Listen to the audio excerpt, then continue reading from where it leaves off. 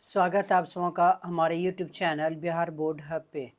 जैसा कि आपको पता है कि यहाँ पे क्लास 10th की जो है कि तैयारी कराई जाती है और आज जो हम लोग स्टार्ट करने वाले हैं ये 2024 में जो भी स्टूडेंट बोर्ड के एग्ज़ाम देंगे उनके लिए काफ़ी इम्पॉर्टेंट क्वेश्चंस हो जाएगा यहाँ पे। तो जैसा कि आपको मैं बता देना चाहता हूँ कि आज जो हम लोग डिस्कस करने वाले हैं पॉलिटिकल साइंस से करेंगे, यानी कि लोकतांत्रिक राजनीति आपका बुक का नाम हो गया। और ये आपका पार्ट 3 है। पार्ट 3 में हम लोग अध्याय 2 को देखेंगे, जिसमें अध्याय 2 का चैप्टर का नाम है सत्ता में साझेदारी की कार्यप्रणाली। तो इससे पहले मैं आप लोगों को बता देना चाहता हूं कि जो भी स्टूडेंट न्यू है तो प्लीज़ सब्सक्राइब बटन को ओके कर लें और साथ ही बेल आइकन दबाना ना भूलें, क्योंकि अगर आप बेल आइकन को प्रेस करते हैं तो यहाँ से आपको क्विक नोटिफिकेशन प्राप्त होगी और आप वीडियो जो है सबसे पहले देख सकते हैं। दूसरी बात मैं आपको बता देना चाहता हूं कि यहाँ पे व्याख्या सहित जो है पढ़ाया जाता है ऑब्जेक्टिव को, इसलिए आप लोग भली भांति इसको शुरू से लेके अंत तक वीडियो को देखें। अगर आप यहाँ पे 10 मिनट का समय देते हैं तो आपका जीवन में काफ़ी कुछ परिवर्तन होने वाला है, आपका एग्ज़ाम काफ़ी बेटर जाएगा और एक भी क्वेश्चन आपका नहीं छूटेगा। तो चलिए हम लोग सेशन आज का स्टार्ट करते हैं। पहला क्वेश्चन हम लोग देखते हैं कि संविधान के मूल प्रावधान में बदलाव किसके सहमति से की जाती है? केंद्र सरकार के द्वारा, राज्य सरकार की सहमति से, ए एवं बी, देखिए यहाँ पे बी होगा, दोनों से होता है, या फिर स्थानीय स्वशासन के। देखिए संविधान के मूल प्रावधानों का बदलाव जो होता है राज्य एवं केंद्र के सहमति से होता है, यानी कि दोनों हो जाएगा। इसके संदर्भ में हम लोग व्याख्या देख लेते हैं। देखिए मूल प्रावधान में क्या है ये हम लोग देख सकते हैं, क्योंकि आपको पता है कि भारत में संघीय व्यवस्था है। संघीय मीन्स है कि राज्य और केंद्र दोनों मिल के काम करती है। तो यहाँ पे एक स्तर की बात की जाए तो अकेले किसी भी प्रकार में बदलाव नहीं कर सकता है, इसके लिए दोनों की सहमति होनी जरूरी होता है। इसके लिए विशेष प्रक्रिया अपनाई जाती है, तभी बदलाव किया जा सकता है, नहीं तो नहीं। जैसे कि इसमें विशेष प्रक्रिया के तहत वोटिंग भी की जाती है और सभी बिंदुओं पे इस पे विचार विमर्श भी किया जाता है। दूसरा क्वेश्चन हम लोग देखते हैं कि संघीय व्यवस्था कितने तरह से गठित होती है? 1, 2, 3 या फिर 4? यहाँ पे 2 तरीके से गठित होती है और ये 2 तरीके आपको समझना काफ़ी इम्पॉर्टेंट है। देखिए संघीय व्यवस्था 2 तरीकों से गठित की जाती है। ये 2 तरह इम्पॉर्टेंट है, इसको देखना काफ़ी महत्वपूर्ण हो जाता है। देखिए कई बार क्या होता है कि स्वतंत्र और संप्रभु राज्य मिलकर क्या करती है, संघ राज्य की स्थापना करती है। और ये जो संघ राज्य की स्थापना करती है इसमें राज्यों को अधिक स्वायत्ता मतलब आज़ादी दी जाती है, जिसके कारण इसकी भावना जो है काफ़ी प्रबल होती है और ये केंद्र की अपेक्षा अधिक शक्तिशाली होती है। याद रखिएगा, केंद्र से अधिक शक्तिशाली राज्य की होती है। ये इस प्रकार की संघीय व्यवस्था है और ऐसा आपको अमेरिका में, स्विट्जरलैंड में और ऑस्ट्रेलिया में मिल जाएंगे, क्योंकि यहाँ पे संघीय व्यवस्था के अंतर्गत जो है विशिष्ट शक्ति प्रदान की गई है, इसके अंतर्गत ये होता है। और दूसरे तरह के जो होते हैं संघीय व्यवस्था, ये जैसे भारत में होता है। देखिए कहता है कि बड़ा देश राजनीतिक इकाइयों को क्या करता है, वो बांट देता है। किस रूप में बांटता है? स्थानीय रूप में बांटता है और एक केंद्र के रूप में बांट देता है। अब इसमें तब जाके संघीय सरकार की स्थापना होती है। इसमें उल्टा होता है, इसमें केंद्र सरकार के बीच और राज्य सरकार के बीच जो सत्ता का बंटवारा होता है, लेकिन इसमें शक्तिशाली कौन होगा? तो केंद्र होगा। याद रखिएगा, इसमें शक्तिशाली केंद्र होता है। तो ऐसा आपको कौन कौन से देश में? भारत में, बेल्जियम में, स्पेन में ऐसा आपको मिल जाएगा। और ये क्यों होता है? क्योंकि अपशिष्ट अधिकार प्राप्त होता है। वहाँ भी अपशिष्ट अधिकार प्राप्त होता है, लेकिन वहाँ पे राज्यों का अधिकार ज़्यादा रहता है। नेक्स्ट क्वेश्चन से है, भारत में अवशिष्ट अधिकार किसे दिया गया? स्थानीय स्वशासन को, राज्य सरकार को, केंद्र सरकार को, या फिर सभी? जैसा कि अभी आप लोगों ने जस्ट दो का व्याख्या किया था, उसी में आ जाता है। तो व्याख्या आप लोग ऊपर देख सकते हैं। केंद्र सरकार को अवशिष्ट अधिकार प्राप्त दिया गया है। ऑस्ट्रेलिया में अवशिष्ट अधिकार किसे दिया गया? स्थानीय शासन, राज्य शासन, केंद्र सरकार को, या फिर सभी को? तो राज्य सरकार को दिया गया है अवशिष्ट अधिकार।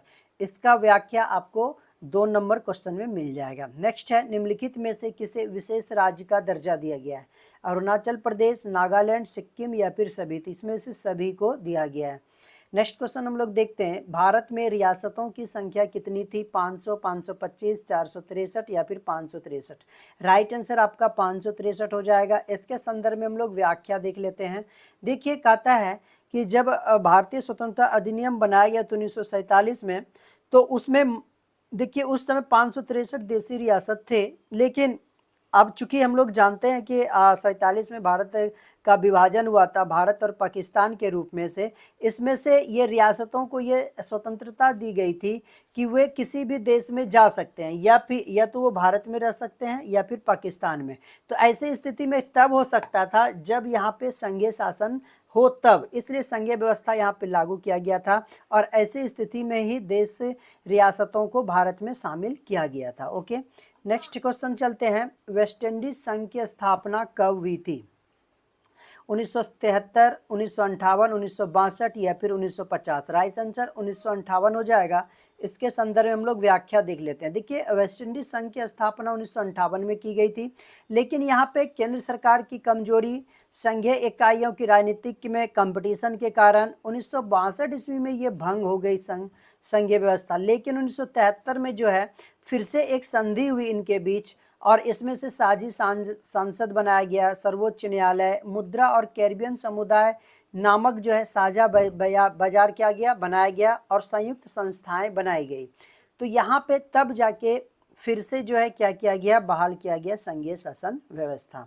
नेक्स्ट क्वेश्चन है, नाइजीरिया में संघीय व्यवस्था की स्थापना कब हुई थी? 1958, 1999, 1950, 1962? तो राइट आंसर हो जाएगा 1950। अब देखिए, नाइजीरिया की स्थिति कुछ अलग तरह की है, चूंकि हम लोग देखते हैं कि 1950 ईस्वी में जो है संघ की स्थापना की गई, सही बात है। लेकिन यहाँ पे जो 3 बड़ी जाति थी, एरुबा, एब्रो और हाउसा फुलानी जो था, ये लोग अपना प्रभाव क्या करने पे लगे हुए थे, बढ़ाने के, अपना वर्चस्व को बढ़ाने में लगे हुए थे, जिसके कारण अन्य जाति जो थे इसके अंदर भय का माहौल क्या हो गया था, बन गया था। इसलिए यहाँ पे सैनिक शासन की स्थापना हुई, एक कंडीशन। दूसरा कंडीशन है 1999 में लोकतंत्र दोबारा बहाल हुआ, लेकिन यहाँ पे धार्मिक टकराव देखने के लिए मिला, धर्म के लोग आपस में टकराने लगे थे, लड़ाई झगड़ा मारपीट होना शुरू हो गया था, तो ये समस्या बनी रही। तीसरी है आर्थिक क्षेत्र में, तेल संसाधन के जो प्राप्त कर होता था वो उस पे किसका नियंत्रण होगा, ये भी किसी भी प्रकार का कुछ नहीं था कि किसके कंट्रोल में ये चीज़ होगा। तो यहाँ पे हम लोग देखते हैं अभी भी मतभेद जो है यहाँ पे बरकरार है, धार्मिक क्षेत्र में, आर्थिक क्षेत्र में और जातीय समूहों के बीच में। तो यहाँ पे समस्या बनी ही रही। नेक्स्ट है, भारत में किस भाषा को राष्ट्रभाषा का दर्जा दिया गया? हिंदी को, अंग्रेजी को, उर्दू को या स्थानीय भाषा को?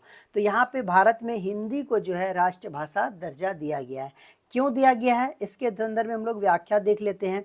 देखिए, 1991 ईस्वी में जब क्या हुआ, जनगणना कराया गया था, तो यहाँ पे 1500 से ज़्यादा भाषाएं थी, लेकिन इसमें से 22 भाषाओं को ही भारतीय संविधान के 8वीं सूची में रखा गया था, इसलिए इन्हें अनुसूचित भाषाएं कहते हैं।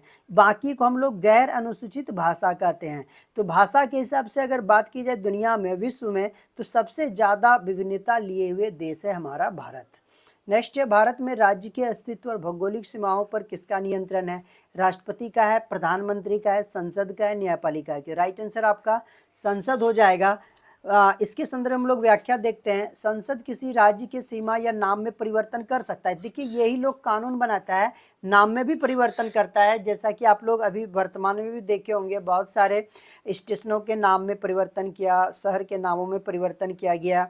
तो इसमें मोदी सरकार का काफ़ी आलोचना हुआ था, किसी ने आलोचना किया तो किसी ने बड़ाई ली, सबकी अपनी अपनी विचार इसमें रखा गया था। ये लोग भौगोलिक सीमा पर भी नियंत्रण करती है, लेकिन इसकी ये शक्ति का अगर दुरुपयोग होता है तो इसको रोकने के लिए भी राज्य, जो प्रभावित राज्य है उसमें जो विधानमंडल है, इसके भी विचार व्यक्त करने का अवसर इसको दिया जाता है कि अगर आपको कोई समस्या है तो आप भी इस पे विचार विमर्श कर सकते हैं। ओके, तो आज का वीडियो यहीं तक है। अगर किसी भी स्टूडेंट को कुछ परेशानी हो तो प्लीज़ वो कमेंट सेक्शन में कमेंट कर सकते हैं और अपने दोस्तों में भी शेयर करें।